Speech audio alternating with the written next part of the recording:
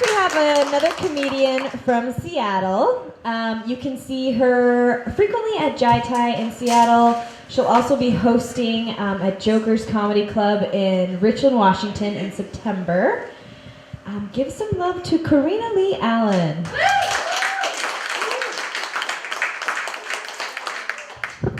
You guys, give it up for Amanda Biddle. Give it up for your fantastic host while I dump off my electronics here and my drink. Let's talk about stuff, guys. Make some noise if you've ever lied to get a job. Make some noise. Where are my people at? Yeah. Me too. Listen, I wasn't thinking about it when I did this. When you did it, were you thinking that someday that would be the thing that you would have in common with the president? Not planning for that, you guys. The president said he wants to start putting drug dealers to death. Yeah, doesn't that beg the question? Like, who's gonna tell him white people sell drugs? My money's on Tiffany. If anyone's keeping score out there. But I got it figured out, ladies. I've worked it out how we can survive in Trump's America. I got this on lock. We got to bring back the hoop skirt. Yeah. Because it builds a wall around your pussy, guys. All right?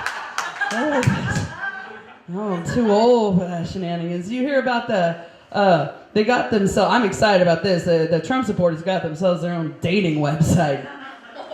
Yeah, no, this is great news, right? They're finally gonna go fuck themselves. Because I'm just too old for these shenanigans. I'm 48. I can't be dealing with what's going on up there right now. 48, that's right. I've been old for a while now, you guys.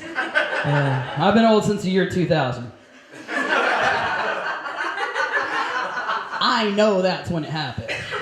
Because that's the year they put Madonna on the cover of Good Housekeeping. Oh yeah, ouch. So some young faces in here, that's all right. We're gonna get you on my page. Make some noise if you've heard the song Buddy Holly by the band Weezer. Clap for that song if you heard that song. Yeah. All right, guys. That song's 24 years old. Oh, there you go. Millennials, that darkness you feel in your center right now. It's called aging, right? That's what death feels like in really small increments. You'll know you're an old lady like me when you're watching late night TV in a few days and you see Ariana Grande hawking diabetes supplies. Okay, it's all right, guys. I'm 48. That makes me a Gen Xer, okay? That's not normal to hear people say out loud in public. We don't usually self-identify. You know, Gen Xers, if we had a motto, it would be, we're not even supposed to be here today. That's my generation. And there are a lot of young faces, so let's get this out on the table. Yes, I know we fucked up. Yes, I know. Very aware, because the evidence is right there in front of you, you know what I mean? Like, porn is free. And healthcare is not. Just saying, it seems like maybe some dudes are in charge, guys. Take notes, millennials. You're in correct course. It's fine. It's all right. 48, you guys. To be clear about how old that is, it also means I'm old enough. I'm on the second pair of tits. That's what's going on up here, guys. I used to have vast tracts of land. Look, I spent 30 years knocking shit over with my titties as a setup for this joke, people. Right? Until in my 30s, I just acknowledged that property management's not my shit, you know? I went from having titties to titties. I like that better. I have to tell you guys that the side effects of breast reduction surgery are really weird, man. You know, like, well, for one, what's up with all this fucking eye contact? This is bullshit. Like, I'm in my 40s, now you want to look up? Come on, man. That's not cool.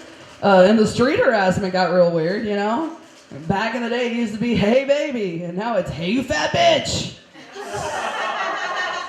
Look, I want to be really clear. I do not care if somebody calls me fat at all. It's just not relevant to my worldview. But, bitch, that's just a lucky guess. But the really weird part, you guys, I think I have phantom limb syndrome. Yeah, because I'm cold where my titties used to be. All right? It feels like my soul is sticking out. I don't know what to say to my doctor when he asks me how I'm doing. It's like, well, shit, doc, I'm fine, but my ghost titties are cold. I don't know what kind of pill to give me for that one. I just hope wherever my ghost titties are now, like they're having a good time haunting shit, you know, knocking stuff over like back in the day. I hope somebody's buying them a drink, you know?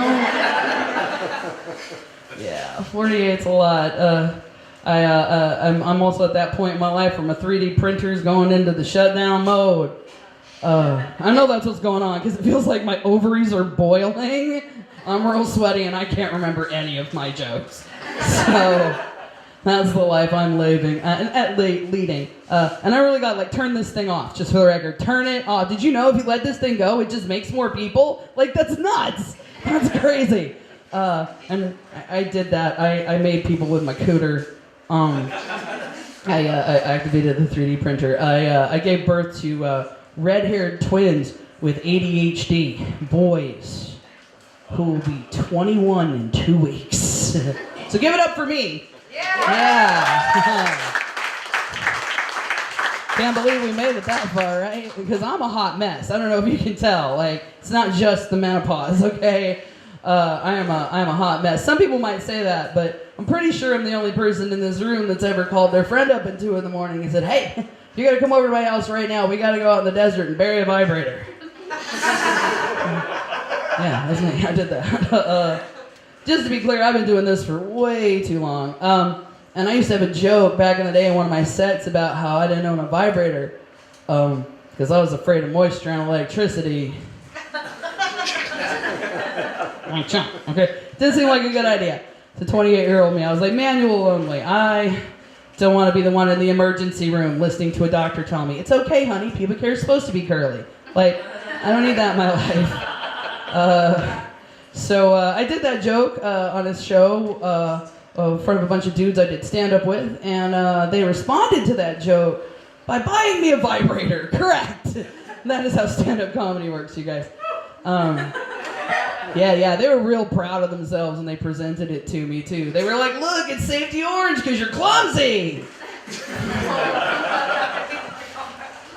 Whatever, man. I didn't think a whole lot about it, I took it home and I threw it in a drawer.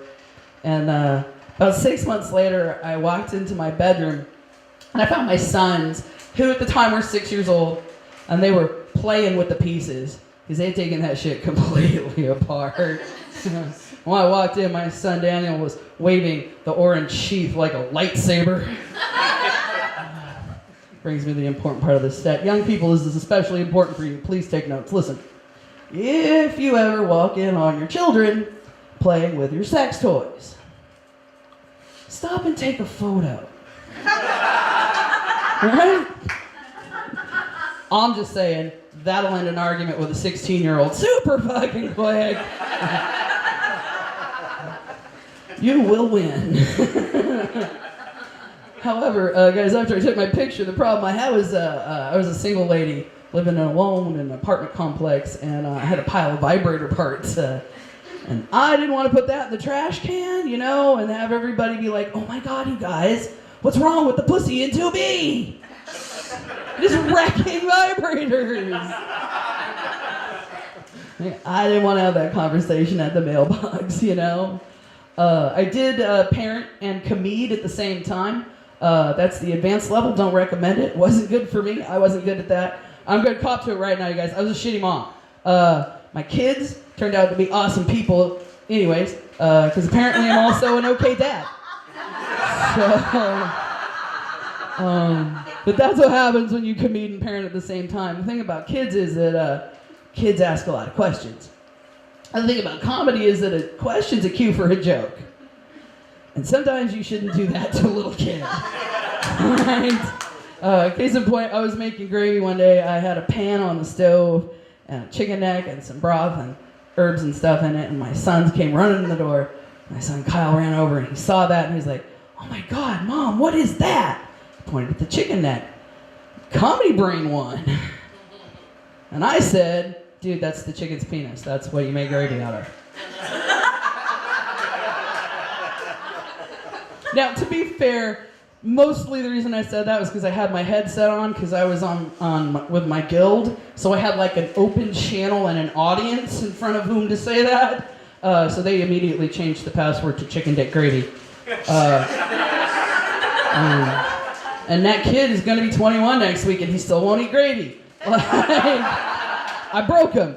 Yeah, I did make some mistakes because I'm a comic. That's how it works out, you know, like when the kids were real little, I told them, hey man, if you can make me laugh, you're not in trouble. Don't do that. Take the picture, don't do that part, okay? I did that was not smooth. And I paid for it, because my kid got me back. Same kid, 17 years old, I walked into his room and it was gnarly. And I was like, dude, you've got to fix this right away. You need to make this look perfect. Make this look like a magazine cover. My son locked eyes with me.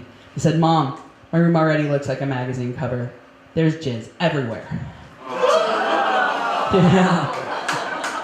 That's fine. I see some of you are better parents than me. That's okay. I laughed. I did not get to punish that kid. Yeah. That's how that works out, guys, because they are always funnier than you. They're always sharper than you. Your kids are always going to figure out how your magic works, and they're going to turn it against you. That happened to me one day. They came busting in the front door, and Mischief turns to Mayhem, and he says, hey, man, I got 100% on my sex ed test. And his brother goes, congratulations, dude. That makes you a genius.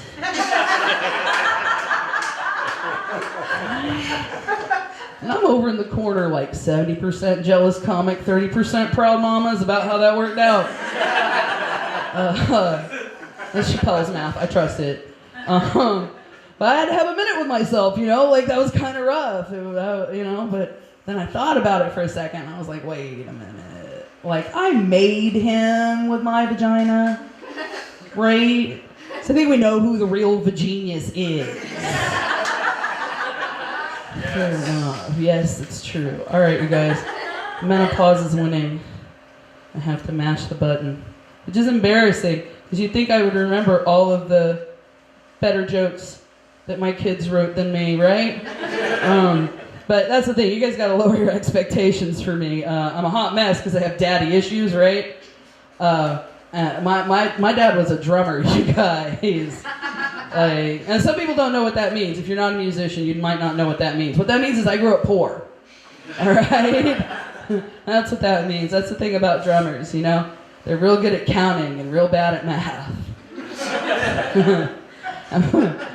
For real, guys. My dad was one of those rockers in the 50s who became an evangelist in the 70s.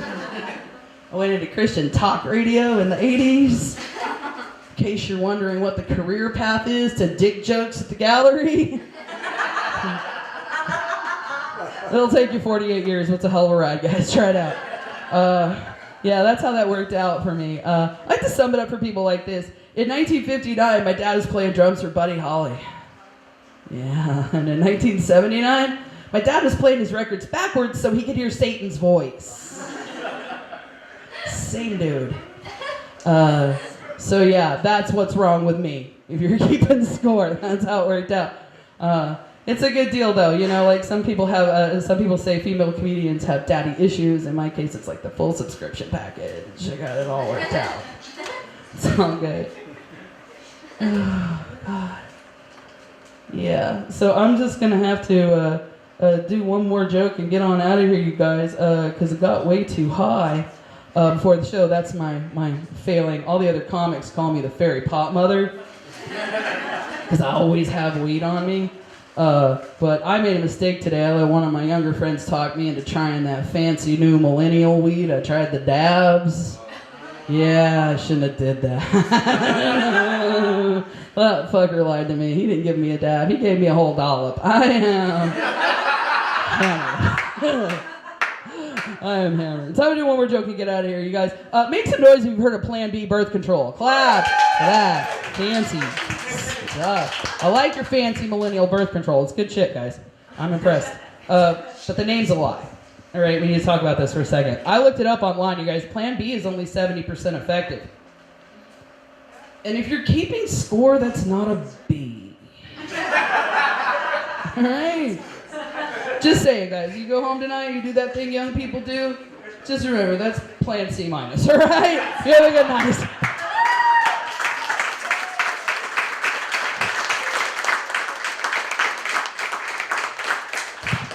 Keep it going for Corrina. She's awesome. Yeah,